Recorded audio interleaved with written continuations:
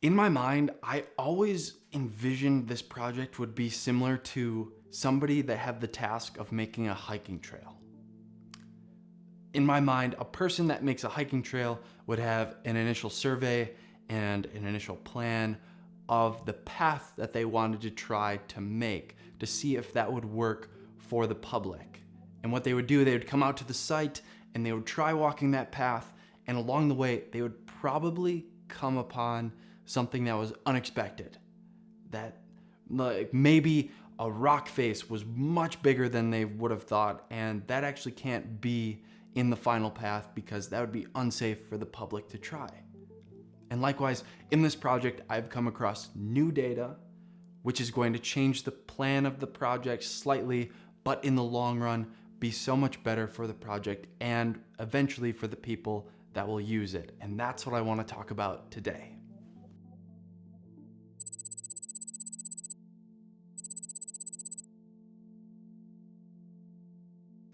If you're new, these videos track the progress going through 12 MIT computer science classes through OpenCourseWare so that we can get an accurate understanding of how long it takes a student to go through these courses.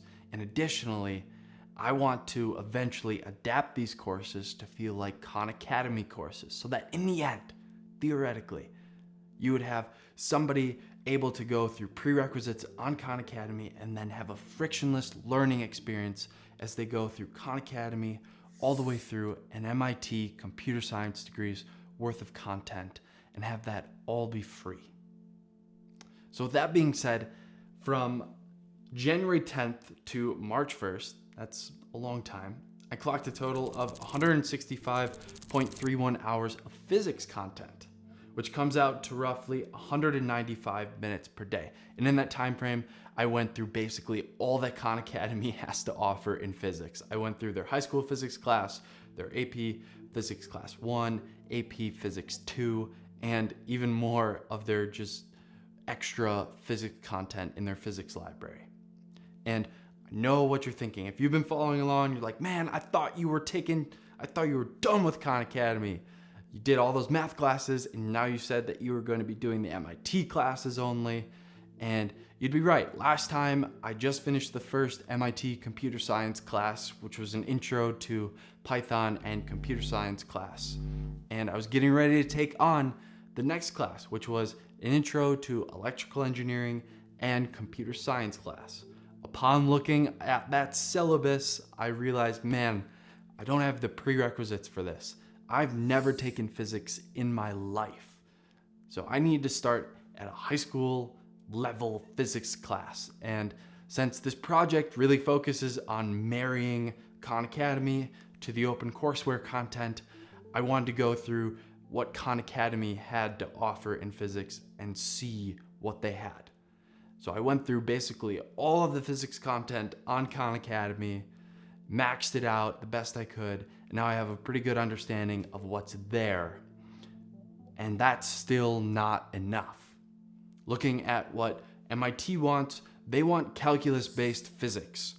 And that's what Khan Academy steers around in all of their physics content. So there's a huge gap between what those two entities have to offer.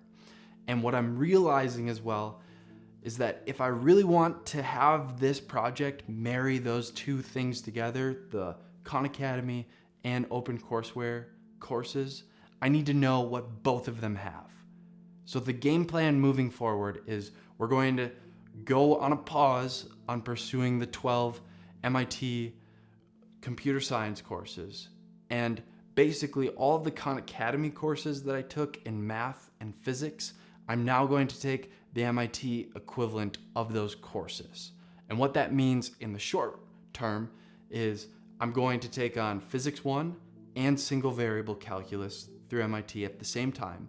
And once I'm done with those, I'm going to take a Multivariable Calculus course through MIT. And then I'm going to take the next computer science class, which is that Intro to Electrical Engineering and Computer Science class, alongside a Physics 2 course from MIT as a co-requisite. So ultimately, this sets back the project a little bit in time. and I'm going to be rehashing a lot of content that I spent the last couple of months learning through Khan Academy. But it will be great for the project in the long run, I think, because now I will have a complete understanding of what Khan Academy is missing in terms of what MIT wants you to have to take on and feel prepared to take these courses. And that's what I'm really excited about, because when I adapt these courses, I will now know what Khan Academy needs, and I will be able to adapt these courses.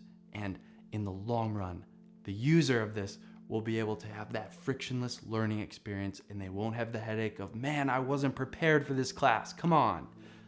It will be good, and it will be a frictionless learning experience. So overall, I had a ton of fun learning physics, and I'm going to have a ton of fun, I think, trying to push myself and learn the MIT versions of all these classes. And going forward, I will be sharing that with you guys in a similar format. And if you're interested, everything how I organize, everything is going to be down in a Notion template, and you'll have access to my notes, all my data, everything if you're interested in trying this out for yourself. Thank you so much for watching, and thank you so much for your patience. Onwards.